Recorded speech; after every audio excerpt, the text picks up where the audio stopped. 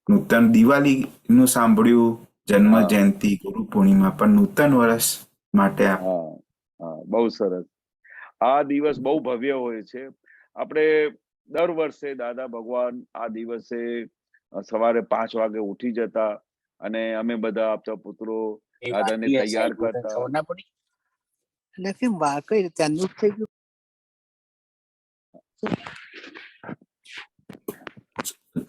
Sorry. હા, નો problem. Okay. હા, okay okay હા એમાં વાત નથી આવતી. ઓકે. હા, તો આવા આ નૂતન વર્ષના દિવસે એક બહુ લાવો મળતો તો દર વર્ષે તે દાદાજીને જ્યારે આ 3 દિવસો હોય ને તો દાદા ફૂલ પ્રકાશમાં હાજર થાય, ફૂલ લાઈટ, અને ફૂલ મૂન જેવું હોય ને તો ફૂલ પ્રકાશમાન થાય. અને ફૂલ પ્રકાશમાન થાય ત્યારે તો જે તમારી અંદર ભાવના હોય, જે તમારી અંદર આમ દાદા માટેની ઝંખના હોય, પોતાની વીકનેસ કાઢવાની હોય, જે કંઈ હોય તે દિવસે અમે દાદા પાસેથી માંગણી કરતા હતા.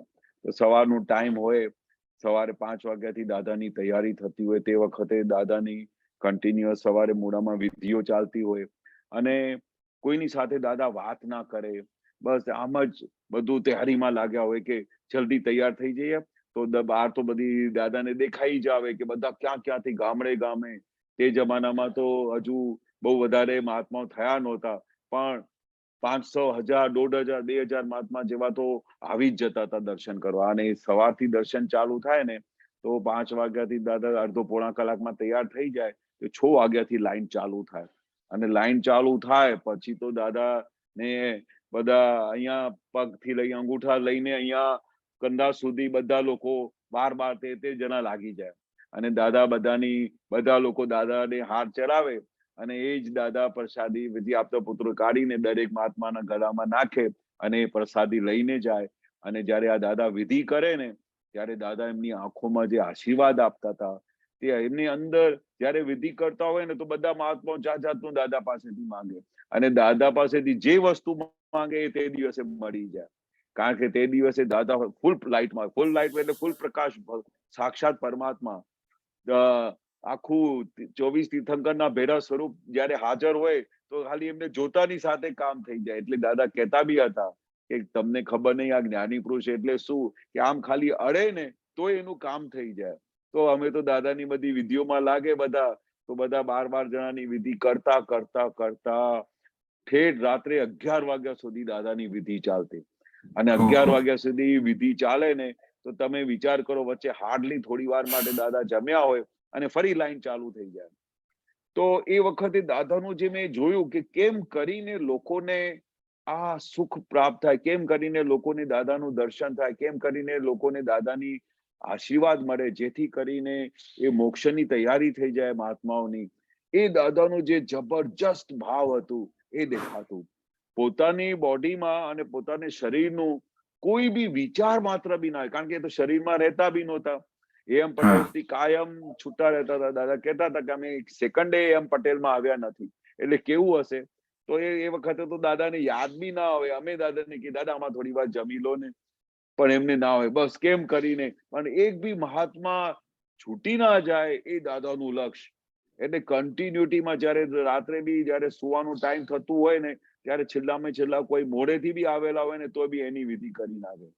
તો આજે મેં સવારે જ ત્યાં વાત કરેલી કે મને યાદ આવ્યું કે દાદાની ઓબ્ઝર્વેશનને સેલ્યુટ કરવા જેવું છે કે આવું વર્લ્ડમાં બની શકે નહીં. કે અમે બધા આપતા પુત્રો જો જોડે જોડે બેઠા હતા તો અમે તો એવું વિચાર કરતા હતા કે ભાઈ કેમ કરીને બધાની વિધિ થાય. તો રાત્રે દાદાને એવું લક્ષ્યમાં આવ્યું કે ભાઈ કેશવે વિધિ નથી કરી, તો રાત્રે જયારે જવાનું ટાઈમ થયું ને તે જ વખતે કહ્યું કે તારી આજે વિધિ નથી થઈ ને તો તું વિધિ કરી લે હમણાં. તો રાત્રે 11 વાગે બી દાદા ને એવું હતું કે આ રહી ગયો છે તો કોઈ રહી ના જાય એવી દાદાની જે નજર હતી કે કોઈ મહાત્મા આજના દિવસે વિધિ વગર રહી ના જાય, એમને આખું બધું તૈયારી થઈ જાય, જેથી કરીને દાદા દરેક વિધિમાં એવી બેટરી ચાર્જ કરી દેતા હતા કે આવતા કેટલા બધા ભાવ કાપી કાઢતા હતા કે શું કરતા હશે. કારણ કે જયારે દાદા કહેતા હતા કે ડેબિટ બેલેન્સ લઈને આવ્યા તો એને ક્રેડિટમાં લાવવા માટે દાદાને કેટલી મહેનત કરવી પડી હશે. બોલો કેટલી બધી મહેનત. તો એ પછી દાદા રાત્રે 11 વાગે બી છોડતા નહોતા અને 11 વાગે વિધિ કરીને દાદાએ બધાને રવાના કરે. એટલે એ ભાવથી અમે જોતા હતા કે દાદાનો એક જ ધ્યેય હતો, એ જ આપણે મહાત્માઓને કે કેમ કરીને લોકોનું કલ્યાણ થાય, કેમ કરીને બધા મોક્ષ માર્ગ ઉપર ચાલે. એટલે દાદાએ કહ્યું ને કે આખા જગત, અડધા જગતનું કલ્યાણ એ આ દાદા ભગવાનના નિમિત્તે થશે અને બાકી અડધા જગતનું કલ્યાણ અમારા ફોલોઅર્સ થકી થશે. આ દાદાનું વાક્ય છે. એટલે દાદાને એવું હતું કે આ જે બધા અમારા ફોલોઅર્સ છે એ બધા બી આ જ કામ કરશે કે કેમ કરીને આખા જગતમાં, ભડકે બળતા જગતમાં કેમ કરીને લોકો બફાઈ રહ્યા છે, એ બધાને કેમ કરીને આ દાદાની વસ્તુ મળે અને દાદાની વાત સાંભળે. અને એ અજાયબી બનતી હોય છે કે દાદાની ખાલી વાત કરીએ ને તો એના ઘરમાં આખું સ્વર્ગ થઈ જતું હોય છે કે આ દાદા ભગવાન કેવા છે કે જેની ખાલી ભાવના હતી તે આજે ભાવના પણ કામ કરી રહી છે. કોઈ બી મહાત્મા દાદાની વાત કરે અને એના ઘરમાં કોઈ તકલીફ હોય તે રાતોરાત તકલીફ જતી રહે છે. આ કાળની અંદર દાદા ભગવાનની મોટામાં મોટી અજાયબી બનીને આવી છે. જેથી કરીને આજની તારીખમાં પણ જેને દાદાને જોયા નથી, સાંભળ્યા નથી, એની જોડે બી ખાલી 5 મિનિટ વાત કરો ને તો એ ત્યાં અટકી જાય છે. શું વાત કરી તમે? આ દાદા આવું કરતા હતા? આવું થઈ જાય છે. એટલે દાદા કહેતા હતા કે અડધા જગતનું કલ્યાણ અમારા થકી થયું છે, બાકી અડધાનું જગત કલ્યાણ અમારા ફોલોઅર્સ થકી થશે. તે હમણાં આજની તારીખમાં દેખાય છે. ગામે ગામે, સિટીમાં, ફોરેનમાં, બધે ઠેકાને જ્યાં જાય ત્યાં બધા લોકો આ ખાલી દાદાની વાત સાંભળે છે ને એનું કામ થઈ જાય છે. તો આપણે દાદાની વાત સાંભળીએ અને આનંદ એક આવે અને દાદાને જોઈએ, ચિત્રપટ ને આનંદ આવે, તો એની પાછળનું રહસ્ય શું? રહસ્ય શું છે કે જ્ઞાની પુરુષનું આ ઐશ્વર્ય છે. આ દાદાનું નામ છે, ખાલી દાદા ભગવાન. આ દાદા ભગવાનનું ખાલી નામ ઇટસેલ્ફ જ એમનું ઐશ્વર્ય કામ કરે છે. આ આપણે આંખોથી દેખાય નહીં. આ તો દેવી દેવતાઓ બી એની પાછળ બહુ કામ કરી રહ્યા છે.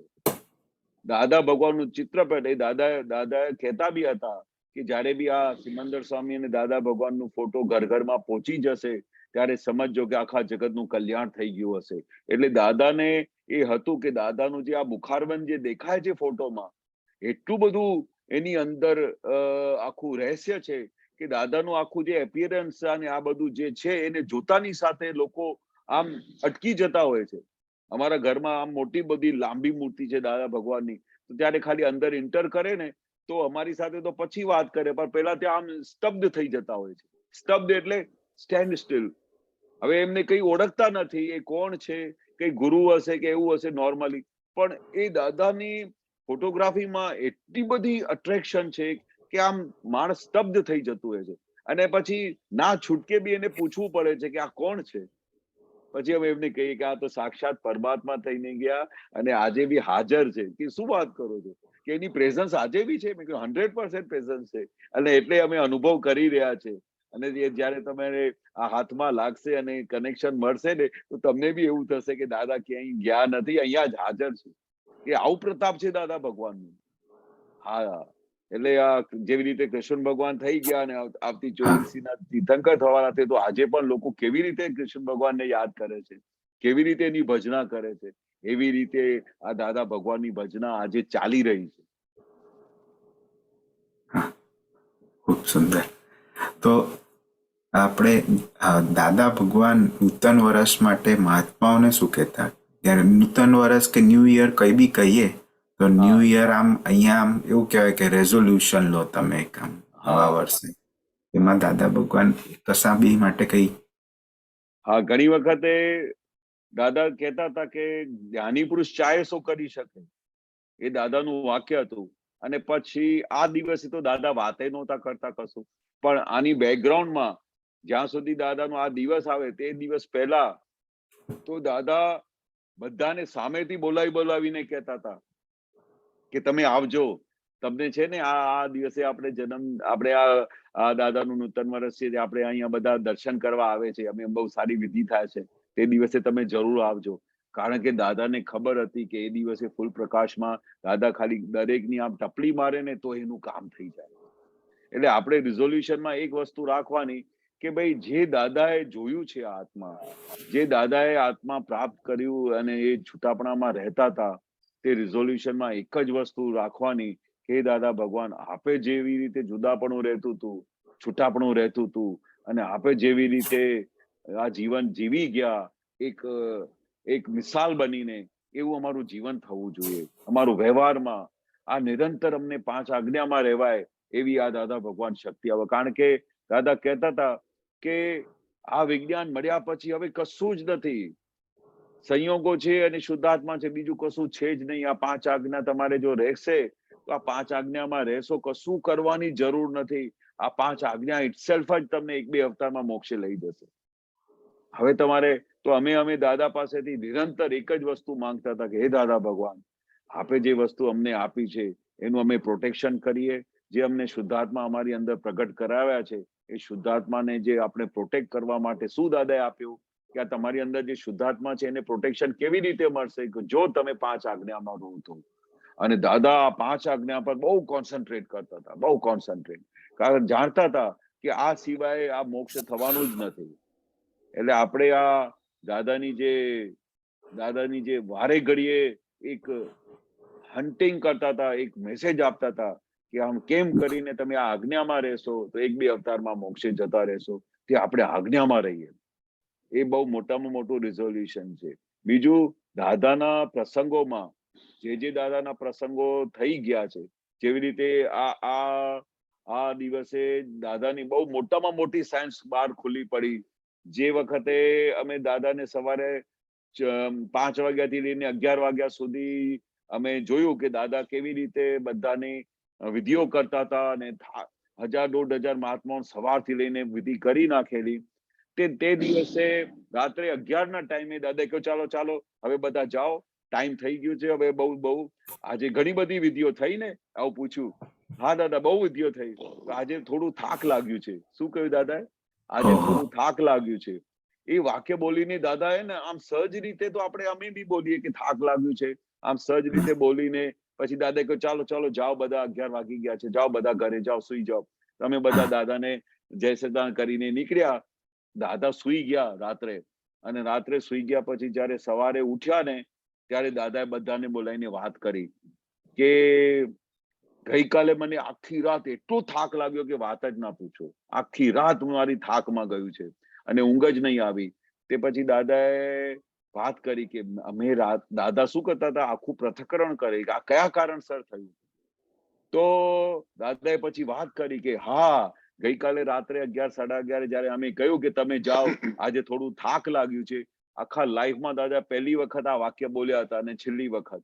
તે આખી રાત દાદા કે મને થાક લાગ્યો. એટલે પછી દાદાએ સાયન્સ ખુલ્લી કરી કે આત્મા કલ્પે એવો થઈ જાય. એટલે તમે આવું બોલશો ને કે મને થાક લાગ્યું છે, તો આખું શરીર થાકી જશો. જયારે તમે કહેશો કે મને આજે પેટમાં દુખ્યું છે, આજે મારે આમ થઈ ગયું છે, આજે મારું માથું દુખે છે, તો આખું ચડી બેસે. એટલે દાદાએ સાયન્સ ખુલ્લી બહાર પડી. પછી દાદા શું છે, એક મહાત્માને બોલાવીને પૂછતા હતા કે ગઈકાલે આવું થયું.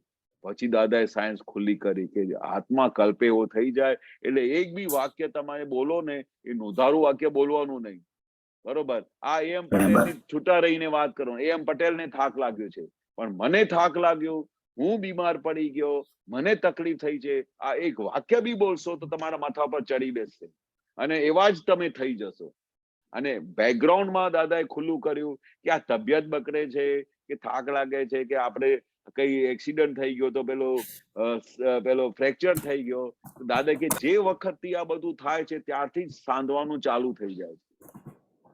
ફ્રેક્ચર થયું નથી, તૂટ્યું નથી, ત્યાંથી સાધવાનું. બીમાર થયા નથી, ત્યાંથી સાજા થવાનું ચાલુ થઈ જાય છે. આ સાયન્સ દાદાએ ખુલ્લી કરી. એટલે પછી અમને આ થયું કે ભાઈ, આપણે કોઈ બી વાક્ય આવું બોલતા 1000 વખત વિચાર કરવાનો, કારણ કે જે બોલ્યા તો એમાં પર દરેક વસ્તુ તમારા ઉપર ચડી બસશે. એટલે આટલી બધી દાદાએ સાયન્સ ખુલ્લી કરી છે. એટલે ગમે તે થતું હોય ને, આને થવું. દાદા કે હજુ બીજો બી આવો ને, બીજી બી તકલીફ આવી આવો ને, અમે બેઠા છીએ. જ્યારથી તમે એવું બોલવાનું શરૂ કરશો ને, તો બધી તકલીફો દૂર થતી જશે. આપણે કહે છે મને થયો એટલે આપણા પર ચડી બેસે છે. એટલે આ દાદાનો અનુભવ બહુ કામ કરતું હોય છે. એટલે ગમે ત્યારે બીમાર થઈએ ને, ગમે તે, આ કેશવને થયું છે ને, જે થવાનું એ થાવ, મારે તો શુદ્ધ આત્મામાં રહેવું છે, બસ.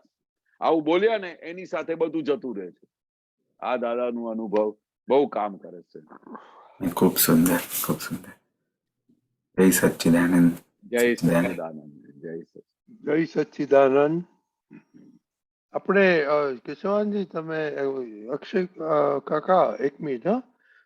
આપણે ચિત્રપટની વાત કરી ને તો અમે તરુબેન નથી પણ એમના વતી હું કહું કે અમે સાઉથ કોરિયા ગયેલા 2 વર્ષ માટે અને Okay.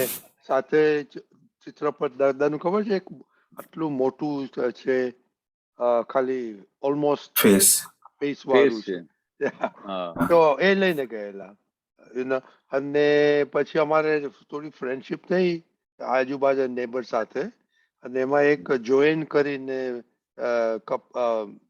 કોરિયન હતી તરુબેન ને બાજુ સારું થયું પછી એને સારું ઓળખાણ થયું એટલે ઘરે બોલાવી તો ઘરે આપણે નોર્મલી આવા ચિત્રપટ તો આપણે દરવાજો ખોલીએ સામે જ રાખીએ આપણે રાઈટ સામેની ભીત ઉપર જ રાખીએ એટલે સામેથી એ આવીને તું કે who is this you know એટલે પછી તરુબેને થોડું એક્સપ્લેન કર્યું ને પછી તે દિવસે એટલું બધું ઇન્ટરેસ્ટ આવ્યું કે પછી તો અસીમ જે કારો સર એ પછી એની ફ્રેન્ડને કહ્યું કે ભાઈ there is a one picture which is very attractive person તો પછી તો પછી કે આપણને ત્યારે તો બહુ દાદાનું જ્ઞાન ખબર નહીં એટલે અસીમ જે કરવાનું તો એની ફ્રેન્ડોને બધી લઈ આવે 10 કોરિયન લેડીઝ અસીમજી જે કરેલા તમે ચિત્રોની વાત કરી ને એટલે મને ત્યાંથી મને ખ્યાલ આવી Miraculous. એટલા માટે I just wanted to share કે અક્ષયભાઈ આપણે બીજલબેન ને લઈએ હા જય સચ્ચિદાનંદ. જય સચ્ચિદાનંદ. બીજલબેન જય સચ્ચિદાનંદ. જય તમે સચ્ચિદાનંદ. અક્ષયભાઈ જે પ્રશ્ન પૂછ્યો ને એના રિલેશનમાં એ કહે છે ને કે દાદાની તમે વાત કરો એટલે